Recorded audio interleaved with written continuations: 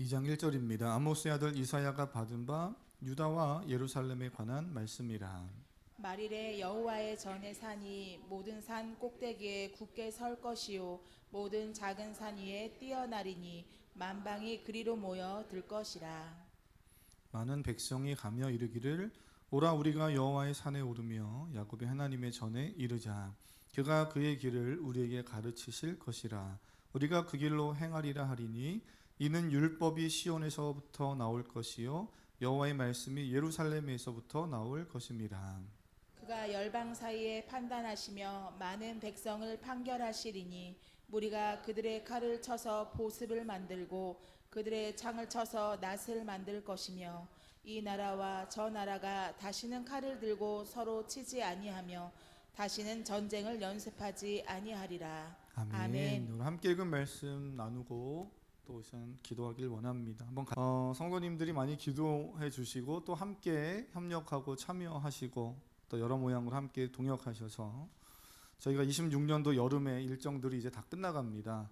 지난주 지지난주죠. 홀리웨이브라는 주제를 가지고 우리가 리빌드 이런 주제를 가지고 전교인 연합수련회를 또 은혜롭게 재미있게 잘 했어요. 그리고 이제 엊그제 수요일, 목요일, 금요일 3일 2박 3일 동안 강원도 영월에서 위드라는 저희 팀이 있는데 한 10개 교회가 모여서 하나님 은혜 가운데 수련회를 또 잘 했습니다. 모든 것이 하나님의 은혜인 줄 믿습니다.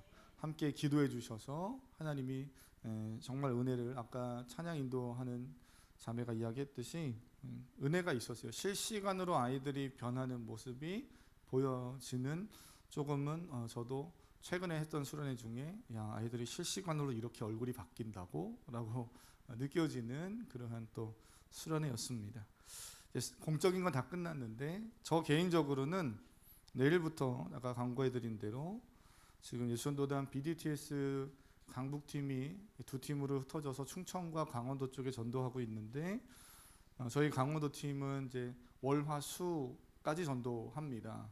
그래서 제가 그 2박 3일을 월화수를 합류하려고 이제 혼자 떠나요. 이 강원도 팀이 처음에 원주에서 전도를 시작했고요. 원주에서 시작된 그 전도 팀의 일정이 저희가 수련회 하는 그 중간에 홍천으로 옮겨갔더라고요. 기도하면서 어디로 갈까요? 그래서 홍천으로 옮겨갔고 제가 내일 만나야 할 장소는 강원도 속초입니다. 할렐루야. 남해일이라고 별로 그게 이게 무슨 얘기인가 그렇게 들으시나 본데 잘 생각해 보세요. 원주는 좀 더 가깝잖아요, 서울보다. 홍천 좀 더 멀어졌어요. 그 다음에 지금 속초에서 월요일날 저를 만나기로 했습니다. 속초 어딘지는 이제 월요일날 돼봐야 아는데요. 제가 강원도 팀이 원주 사역을 이제 간다고 출발하기 전에 농담처럼 했던 말이 있어요. 그리고 우리 팀원들끼리 같이 했던 얘기가 있습니다. 웃으면서 수련회 마치고 다 제가 이제 수련회를 마치고 합류하는 그 시점쯤에 원주 지역에서 전도하던 이 팀이 강원도 속초 바닷가 어디쯤에 있었으면 좋겠어요. 막 그러면서 서로 우리가 농담처럼 막 얘기했거든요. 근데 그 팀이 진짜 거기 이제 가게 될 거고 거기서 제가 만날 거예요. 이게 저는 그 농담처럼 한 얘기지만 정말 그쪽에 그 팀들이 가 있지 않을까 이런 생각을 했고 그리고 정말 그렇게 되면 정말 재밌겠다 이런 생각을 나름 했는데 진짜 속초로 본인들이 이제 가기로 결정하고 속초에서 저를 만나자고 하니까 저는 나름 설렘이 있는 거죠. 공감을 좀 해줘 보세요. 저는 나름 설렘이 있거든요. 아, 속초로 가는구나. 사람이 살면서 어떤 일에 기대감을 가지고 있다는 것은 매우 중요합니다. 소망이 있고 기대감이 있다는 건 그 사람의 인생을 더욱더 생명력 있고 활기 있게 만들지요. 죽을 병에 걸려 있어도 당신은 삽니다. 그러면 그 사람은 설령 죽을지언정 그 가정이 그렇게 불행하거나 슬프게 가지 않습니다. 소망이 있고 그 상황을 잘 또 견뎌가죠. 그런데 뭐 그렇게 썩 죽을 병 아닌데도 의사가 아유 당신 심각합니다. 그러면 그때부터 밤잠을 못 이루는 것이 인간이지요. 그래서 사람은 소망과 기대를 가지고 산다는 것이 참 중요합니다. 요즘 어떤 기대를 가지고 살고 계십니까? 사랑하는 성도님들, 어떤 소망을 가지고 인생을 설계하고 계획하고 계십니까? 아유, 목사님, 지금 이제 권사님들 뭐 이제 70 이제 80 다 돼 가는데 무슨 소망과 희망을 또 설계합니까? 그렇게 생각하지 마시고요. 지금도 늦지 않았습니다. 주님 부르시는 그날까지 믿음 안에서 소망과 희망을 가지고 내 남은 생애를 믿음 안에 설계해 가야 하는 거죠. 권사님들도 그래야 되는데, 우리 뭐 청년들, 10대 학생들 뭐 두말할 것 없죠. 당연히 그렇게 우리는 다 살아야 되는 거예요. 옆 사람에게 한번 그렇게 축복하면 좋겠습니다. 하나님이 주시는 기대와 소망을 가지고 삽시다. 시작. 하나님이 주시는 기대와 소망을 가지고 삽시다. 아멘. 특별히 우리 부모님들은 자녀들에게 계속 축복해 주면 좋겠어요. 하나님이 주시는 소망과 기대를 품고 살아가자. 우리는 지난 시간에 이사야 1장 말씀을 보면서 하나님이 왜 이사야 선지자의 입을 통해서 하나님의 심판을 선포하게 했는지를 봤습니다. 혹시 좀 기억나시나요? 떠올려 보시면 왜 1장에서 하나님이 이사야 선지자의 입을 통해서 심판을 선포하셨습니까? 그 이유가 뭐였어요? 그 이스라엘 유대 사회가 신앙이 다 무너졌기 때문이죠. 특별히 예배를 이야기하시면서 하나님이 예배를 너무 지겹다, 실물난다, 받고 싶지 않다, 이런 이야기 하셨습니다. 그만큼 예배가 다 타락하고 형식화되어져 있었죠. 그러다 보니까 어떻게 됐습니까? 자연스럽게 그 사회 자체도 공의와 정의가 다 깨어지고 무너진 무질서한 사회가 되었습니다. 하나님이 주신 자유의지를 가지고 하나님이 주신 율법과 계명을 지키기 너무 어려워서 못 지킨 게 아니라고 그랬어요. 성경에 뭐라고 표현했습니까? 하나님의 말씀을 어떻게 했대요? 거역했다. 우리가 지난주에 그 말씀 봤죠. 거역한 거예요. 지킬 수 있는 건데 내가 싫어서 거역한 겁니다. 못 지켜서 무거워서 못 지킨 게 아니라고 그랬어요. 하나님의 말씀을 거부했고 자연스럽게 하나님이 아닌 죄를 따라 살았던 거죠. 그러니 사랑하는 성도님, 지난주에도 우리가 얘기한 거지만 정말 다시 한번 강조하는 것은 오늘 우리가 드린 이 예배는 너무나 중요합니다.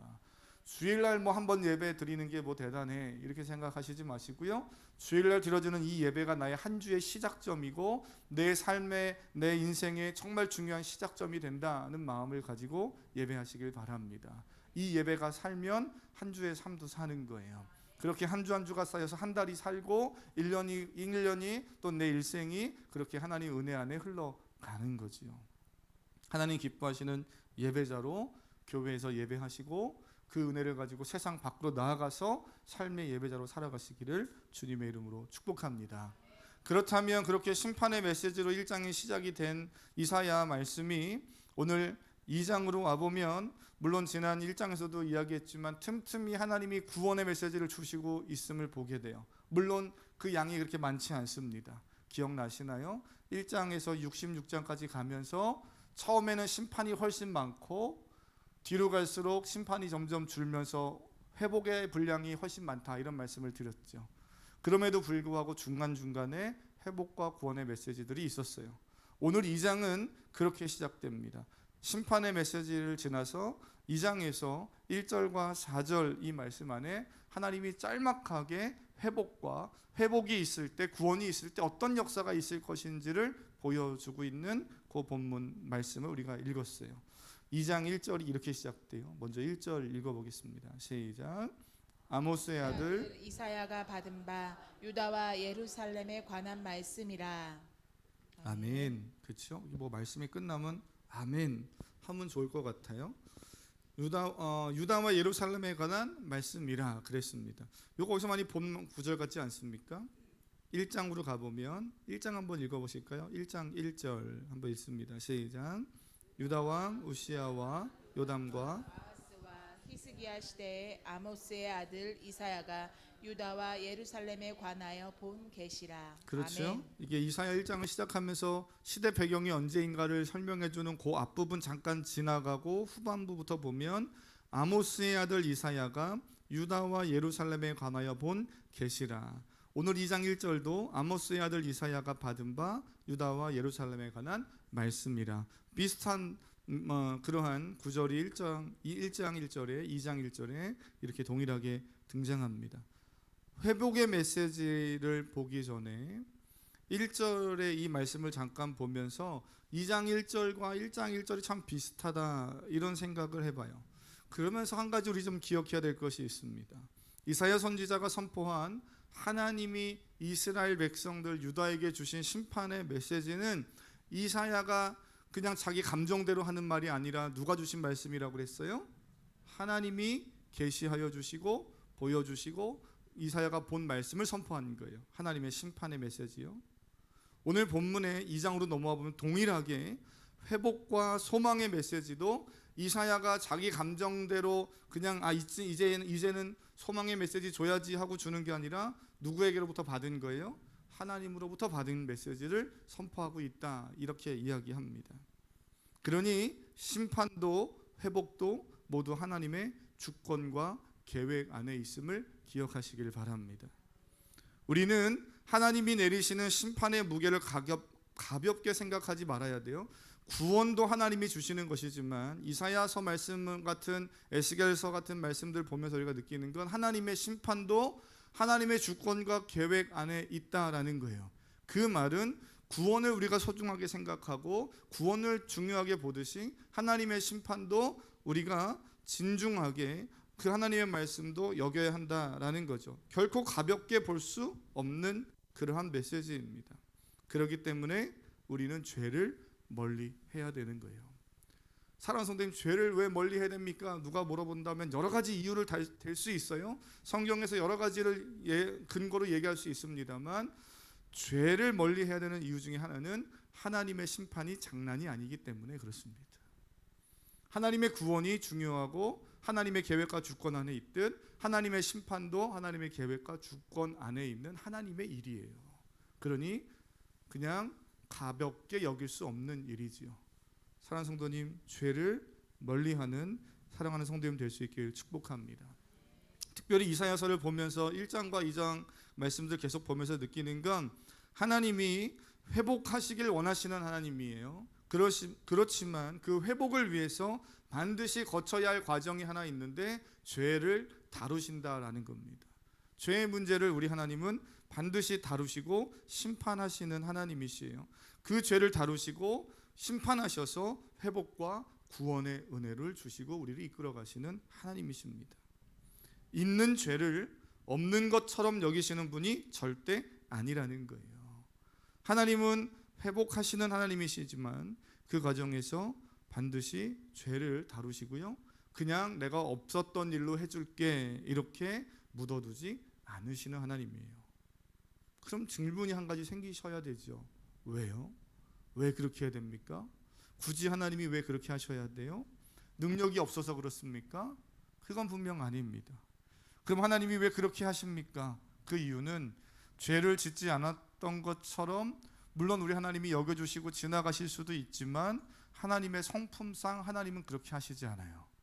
성경을 창세기부터 요한계시록까지 읽어보면 하나님의 성품이 등장합니다. 하나님은 어떤 분이신가가 등장하는데 그 하나님의 성품을 보면 그 하나님의 공의와 정의의 성품 안에서 하나님은 죄를 존재하고 있고 지은 죄를 없는 것처럼 그냥 없었던 것처럼 여겨줄게 이렇게 하시지 않아요.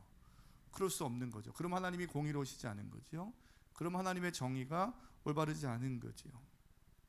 하나님은 반드시 죄의 대가를 치르시고 그러나 그 죄의 대가가 심각하고 엄중하고 떨리는 것이지만 그 죄의 대가를 치르고 난 이후에는 반드시 회복하시는데 온전하고 완벽하게 회복하시는 하나님이신 줄 믿습니다. 저는 오늘 이 하나님을 여러분이 밸런스를 잘 가지고 이해하시면 좋겠어요. 좋으신 하나님, 구원의 하나님, 당연히 그 하나님이시지만 그 구원의 은혜를 받기까지 우리는 우리의 죄의 심각성을 또한 인지할 수 있어야 되는 거죠. 신약의 나훔서를 보면 나훔이 어디 있는 거야 이러시지 마시고요. 나훔의 말씀을 한번 보시면 한번 찾아볼까요? 나훔 뒤쪽에 있습니다. 선지서 쪽에 나훔이니까요. 네, 나훔 몇 페이지에 있는지 누가 빨리 찾으신 분이 이야기해 주시면 다른 분들이 도움이 될 것 같아요. 몇 페이지에 있습니까? 1300페이지에 있습니다.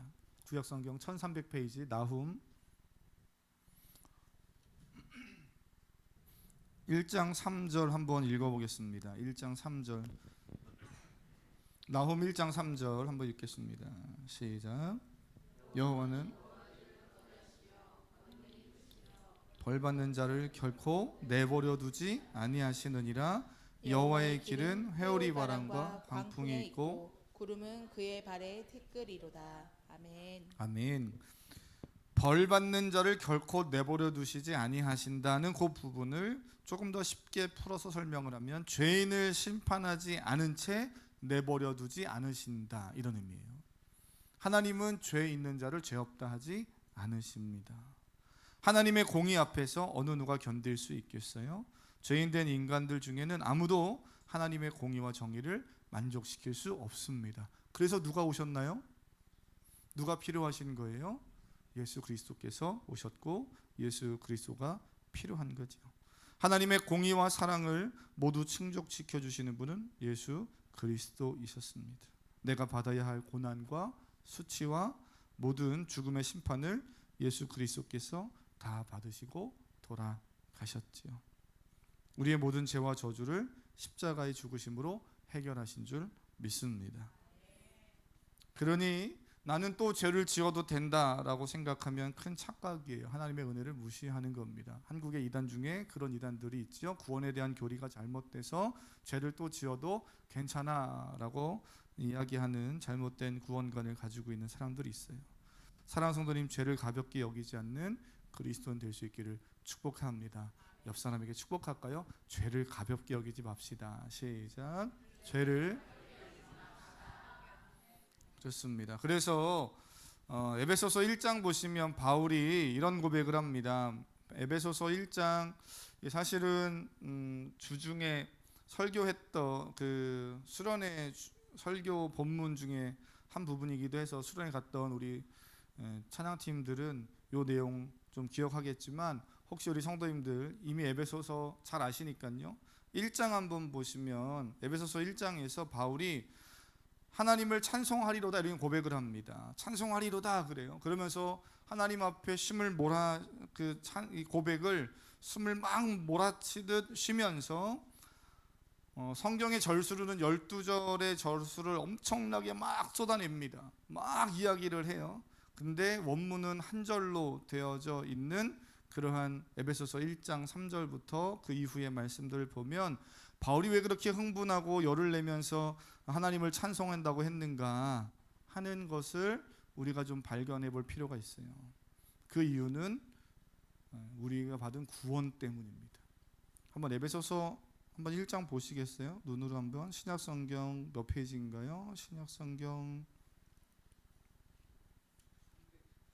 310페이지랍니다. 310페이지 에베소서 1장 3절 보시면 한번 읽어보겠습니다. 1장 3절만 시작. 찬송하리로다. 하나님 곧 우리 주 예수 그리스도의 아버지께서 그리스도 안에서 하늘에 속한 모든 신령한 복을 우리에게 주시되. 아멘. 그러면서 3절부터 14절까지 12절이나 되는 절을 막 우리는 절수를 나눠놨지만 사실은 한 문장으로 바울이 막 쏟아내고 있어요. 예전에 제가 에베소 강의할 때 말씀드렸고 기억하시는 분들 계시겠지만 왜 그렇게 하나님을 찬양한다고 이야기했던 겁니까? 하늘에 속한 모든 신령한 복을 우리에게 주셨다는 그 사실이 너무나 감격스러워서 그랬던 거예요. 그럼 그 하늘에 속한 모든 신령한 복이 뭐예요? 그 복이 뭡니까? 구원입니다. 구원이에요. 저와 여러분은 하나님의 크신 은혜 가운데 구원받은 자들인 줄 믿습니다. 그 은혜를 알았기 때문에 감격하며 울컥하면서 막 표현했던 거예요. 세상에 그 많은 복들이 있을 수 있는데 그 많은 복 중에 내가 최고의 복이라고 이야기할 수 있는 건 하나님께 받은 그 신령한 복, 구원이라는 겁니다. 하나님을 알지 못했던 나의 삶, 하나님을 안다고 말하면서 교회를 다녔지만 정작 하나님을 하나님으로 인정하지 못하고 내가 주인 되었던 그 과거의 삶, 그것이 얼마나 심각한 죄인지를 바울은 깨달은 거예요. 여러분, 죄가 다른 게 죄가 아니고요. 우리가 양육하면서 여러 번 이야기했지요. 다른 게 죄가 아니에요. 뭐가 죄예요? 하나님을 하나님으로 인정하지 않는 게 가장 심각한 죄입니다. 하나님을 하나님으로 내 삶의 주인으로 고백하지 않고 사는 것이 심각한 죄예요. 이스라엘의 이사야 선지자가 활동할 때 그 이스라엘 백성들의 심각한 죄가 뭐였습니까? 바로 그거잖아요. 하나님의 하나님 되심을 인정하지 않는 거예요. 심지어 예배도 하고 다 했지만, 그렇지만 하나님이 하나님 되심을 인정하지 않고 예배했던 거예요. 그 모습이 오늘 우리 이 시대에도 동일하게 있을 수 있습니다. 사랑하는 성도님, 하나님을 하나님 되게 예배하시고 하나님을 하나님으로 인정하며 사시는 우리 사랑하는 성도님들이 될 수 있기를 바랍니다. 심판 이후에 하나님은 반드시 우리를 심판하고 회복하시는 하나님이신데, 그 회복을 2절과 3절, 오늘 본문 이사야 2장 2절과 3절에서 이렇게 말씀하고 계세요. 한번 믿음으로 읽어보겠습니다. 2절 3절입니다. 시작. 만일에 여호와의 전의 산이 모든 산 꼭대기에 굳게 설 것이요 모든 작은 산 위에 뛰어나리니 만방이 그리로 모여들 것이라. 많은 백성이 가며 이르기를 오라 우리가 여호와의 산에 오르며 야곱의 하나님의 전에 이르자. 그가 그의 길을 우리에게 가르치실 것이라. 우리가 그 길로 행하리라 하리니 이는 율법이 시온에서부터 나올 것이요 여호와의 말씀이 예루살렘에서부터 나올 것임이니라. 아멘. 말일에 이렇게 되어져 있는데, 말씀을 읽고 묵상하시는 분들은 성경 2장 이미 묵상하시고 한 2주 전에 지나가실 텐데요. 말일에 이렇게 되어져 있고, 또 성경을 읽다 보면 다른 표현은 뭐 그날에, 주의 날에, 이런 표현들이 등장해요. 다 동일한 날을 이야기하고 있는 겁니다. 이 날은 여호와의 날, 주의 날, 모두가 하나님이 심판하시는 그 날이에요. 그런데 심판만 하시는 게 아니라 믿지 않는 자들에겐 심판이지만 하나님을 사랑하고 말씀 안에 순종하며 살아가는 자들에게는 무슨 날이에요?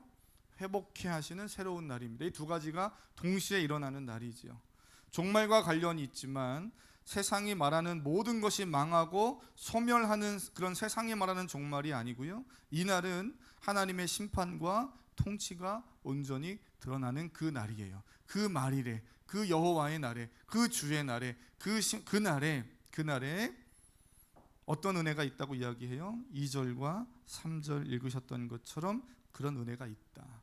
이사야서가 읽다 보면 은혜가 되고 너무 좋은 부분이 너무 많은데, 때론 좀 어렵고 난해한 부분이 있는 건 이 이사야 말씀이 중간중간에 히브리어 시의 형태로 기록이 되어져 있어서 그런 부분들이 있어요. 그래서 이게 좀 애매하고 어려울 때가 있는데, 2절, 3절, 4절은 시입니다. 시의 형태를 띠고 있어요. 시예요. 그러니 여호와의 전에 산이 모든 산 꼭대기에 굳게 설 것이요 라는 그 말은 그 문장 그대로도 의미가 있지만 그 안에 담겨진 의미, 시니까 시가 가진 그 의미를 이해하지 못하면 이게 무슨 의미지? 이렇게 좀 헷갈릴 수 있어요. 실제로 2절에 나오는 여호와의 전의 산, 다시 말하면 우리가 말하는 시온산, 예루살렘에 있는 산, 이 산은 그 주변의 다른 산들보다 가장 높은 산이 아닙니다. 쉽게 말하면 물리적으로는, 실제 높이로는 이 산이 가장 큰 산이 아니에요. 근데 이게 시잖아요. 이사야 선지자가 어떻게 선포하고 있어요? 모든 산들보다 높을 것이래요. 뭘 의미하는 거겠습니까? 물리적으로 높이나 크기가 다른 산보다 결코 크지 않은 산인데, 그런데 산들 꼭대기에 굳게 설 것이고 모든 산 위에 뛰어나리라 이렇게 말합니다. 그러면은 낮았던 산이 갑자기 막 높아진다는 얘기예요? 높아지지 않으면 그럼 높았던 산들이 막 낮아지는 겁니까? 그런 건 아니잖아요. 그럴 수는 없잖아요. 이게 뭘 이야기하는 거겠어요?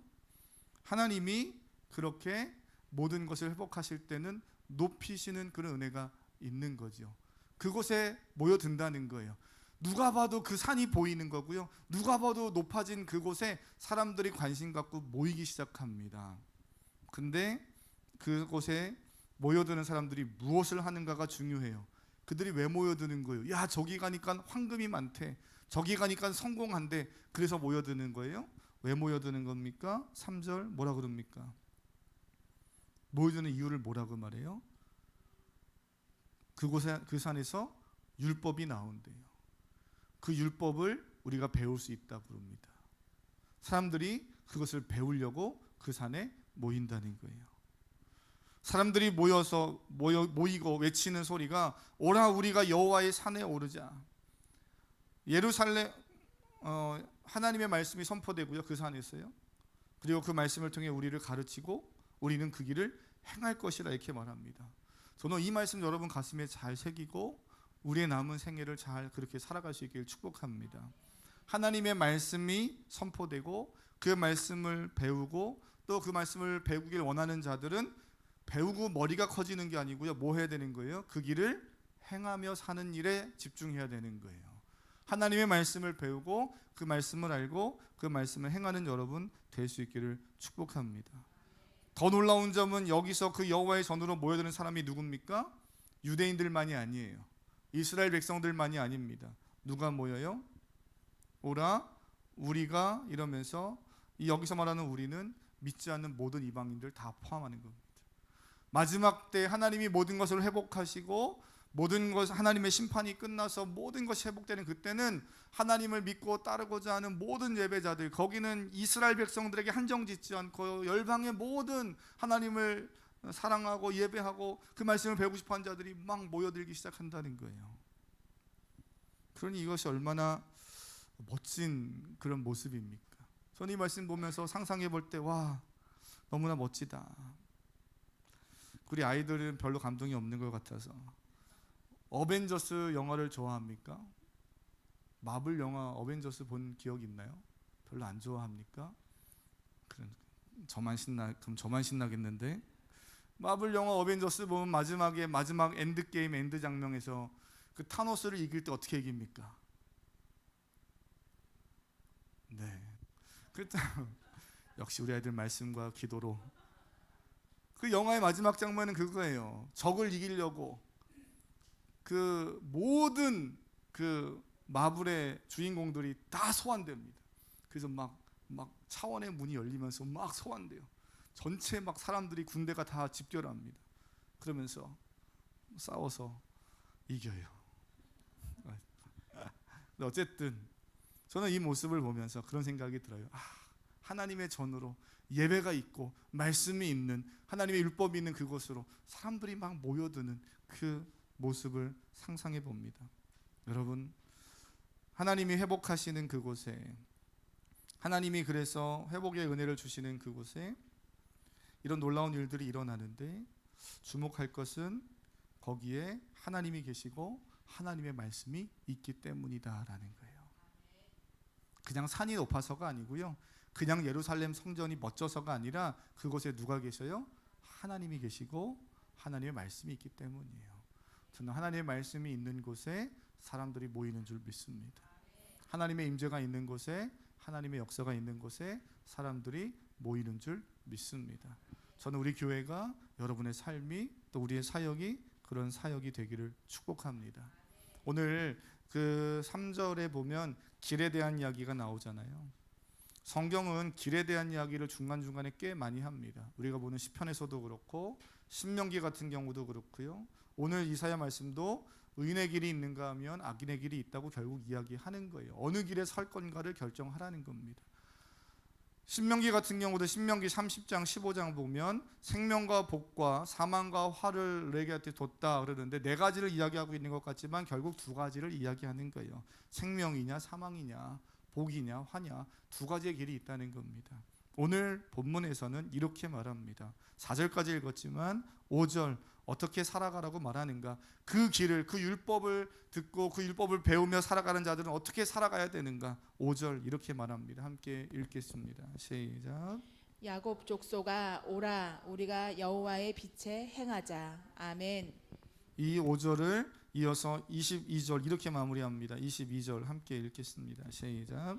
너희는 인생을 의지하지 말라. 그의 호흡은 코에 있나니 새말 가치가 어디 있느냐. 아멘. 결국에는 이사야 2장은 5절에서 야곱 족속아 오라 우리가 여호와의 빛에 행하자 그러지요. 기독교 신앙은 죽음 이후에 미래의 소망을 가지고 사는 그런 사람들 아닙니다. 미래의 소망이 있습니다. 그러나 미래의 소망만 가지고 사는 게 아니라 오늘의 삶에서 변화될 그런 모습들을 기대하면서 사는 거예요. 아까 그런 이야기 했죠. 찬양인도 하면서 아이들의 모습이 실시간으로 변한다. 너 예수님 믿고 은혜 받으면 천국 가서 너의 얼굴이 변할 거야. 천국 가서 너의 삶이 변할 거야가 아니라 예수님 믿고 변화되고 은혜 받으면 오늘 당장 너의 모습이 달라지는 것이 보여지는 게 그리스도인 삶입니다. 사랑하는 성도님, 정말 죄송한데요, 그리스도인인데 어제와 오늘이 변하지 않고 1년 전과 1년 후가 변하지 않는다면 그리스도인이 아니라고 말해도 우리는 사실은 전혀 문제가 없어요. 너무 극단적일지 모르지만 구원받았지만 구원과 복음의 씨앗이 있는데 생명이 있는데 자라지 않는다면 그리스도인인가를 확인해야 됩니다. 내가 정말 복음을 가지고 있는가를 확인해야 돼요. 그리고 사랑하는 성도님, 우리가 이 소망과 이 비전이, 이 회복의 말씀이 훗날 천국에서만 이루어질 것이 아니라 오늘 이 땅을 살면서도 여호와의 빛에 행하는 삶을 살면서 이루어가는 거예요. 그것을 우리가 또 잘못 오해하면 빛 안에서 행하니까 하면서 여러 가지 생각할 수 있지만 오늘 이사야 2장은 그 부분을 22절에서 명확하게 빛 안에 행하는 삶은 이런 삶이었으면 좋겠다라고 이야기해 줍니다. 그게 뭐예요? 인생을 의지하지 말라는 거예요. 여러분, 빛 안에 거하고 말씀 안에 거하고 율법이 가르치는 삶을 살아가길 원하십니까? 그러면 인생을 의지하지 않고 여호와 하나님을 의지하며 사는 우리 사랑하는 성도님 될 수 있기를 축복합니다. 눈만 감아도 세상에 나아가면 의지하고 싶은 게 너무 많죠. 건강한 체력, 재물, 권력, 인기, 안정적인 백그라운드를 가졌으면 좋겠고, 또는 이사야 시대처럼 힘있는 국가에 의지해서 도움을 받았으면 좋겠고, 여러 가지들을 의지하고 싶은 것이 있지만 하나님은 이사야 선지자를 통해서 명확하게 말합니다. 그런 거 의지하지 마. 오직 의지할 대상은 여호와 하나님 한 분뿐이야. 오늘 나는 무엇을 의지하고 있고 어디에 소망을 두고 살고 있는가? 그리고 정말 여호와 율법을 즐거워하며 그 율법을 배우기에 내가 즐겨하고 있는가? 오늘도 나를 돌아보면서 한 주간 믿음으로 승리하는 우리 사랑하는 성도님들이 다 되기를 주님의 이름으로 축복합니다. 이 찬양을 그래서 좀 하려고 해요. 아주 옛날 찬양이긴 한데 오늘 본문, 그리고 오늘 본문과 동일하게 미가서에도 동일한 본문이 또 등장하거든요. 그 본문을 가지고 만든 찬양이에요. 들어보시면 아시는 찬양인데요. 우리가 이 찬양 고백하겠습니다.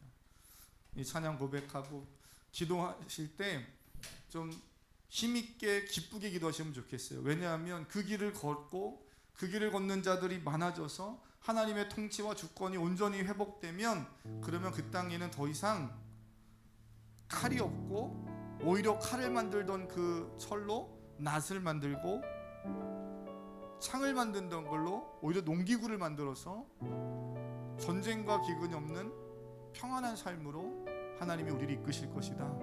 그렇게 4절에서 이야기하거든요. 그러니 오라 우리가 이 찬양을 여호와의 산에 올라 전에 이르자, 이 찬양을 고백할 때는 우리 안에 그거에 대한 소망과 기쁨으로, 감사함으로 오는 어떤 그런 기쁨이, 영적인 기쁨과 은혜가 있어야 돼요. 그런 마음을 좀 가지고 우리 찬양 한번 고백하겠습니다. 오라 우리가.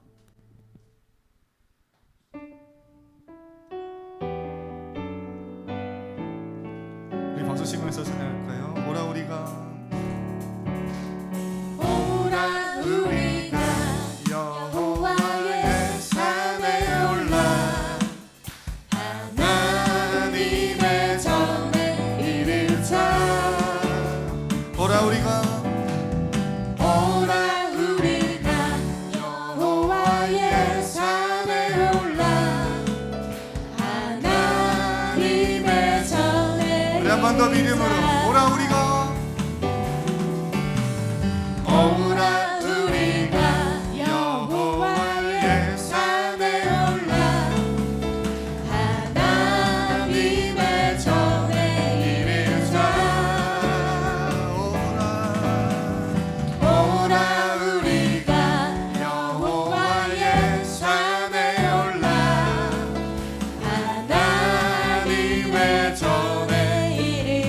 주님의 손을 배우고 주님의 손을 배우고 주님의 길로 행하리 이는 율법이시 오래서 나오고 주의 말씀은 예루살렘 우리 한 번 더 오라 우리가 여호와의 산에 올라 하나님의 전에 이르자 오라 우리가 여호와의 산에 올라 하나님의 전에 이르자 나는 주님의 손을 들고 주님의 손을 배우고 주님의 길로 행하리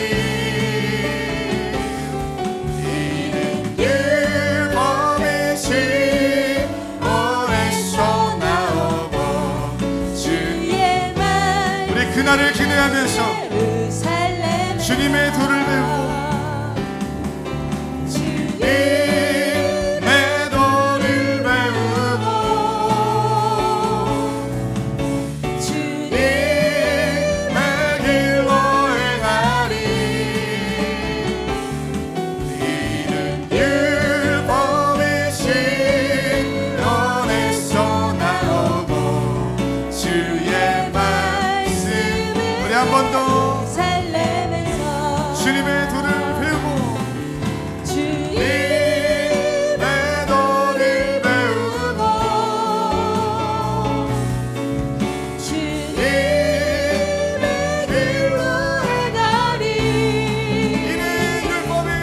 이는 율법이시 오래서 나오고 주의 말씀 우리 마지막으로 선포합니다 주님의 도를 배우고 주님의 도를 배우고 주님의 길로 행하리 이는 율법이시 오래서 나오고 주의 말씀은 예루살렘에서 할렐루야 그렇게 일하시고 하나님 찬양합니다 우리 그 주님께 잠시 기도하겠습니다 하나님 내 삶이 내 가정이 내 생각이 하나님 우리 대한민국 사회가 또는 전 세계가 하나님 소망과 희망이 무너진 채 하나님 무너져 있습니까 하나님 이 시간 소망의 주님을 바라보길 원합니다 회복하시고 그 주님께서 온전히 이루실 평안과 그 놀라운 일들을 우리가 기대하며 바라봅니다 그리고 또 그러기 때문에 이 땅의 삶을 우리가 그렇게 잘 살아내기를 원합니다 우리 그런 마음과 결단을 가지고 주여 한번 부르고 기도하겠습니다 주여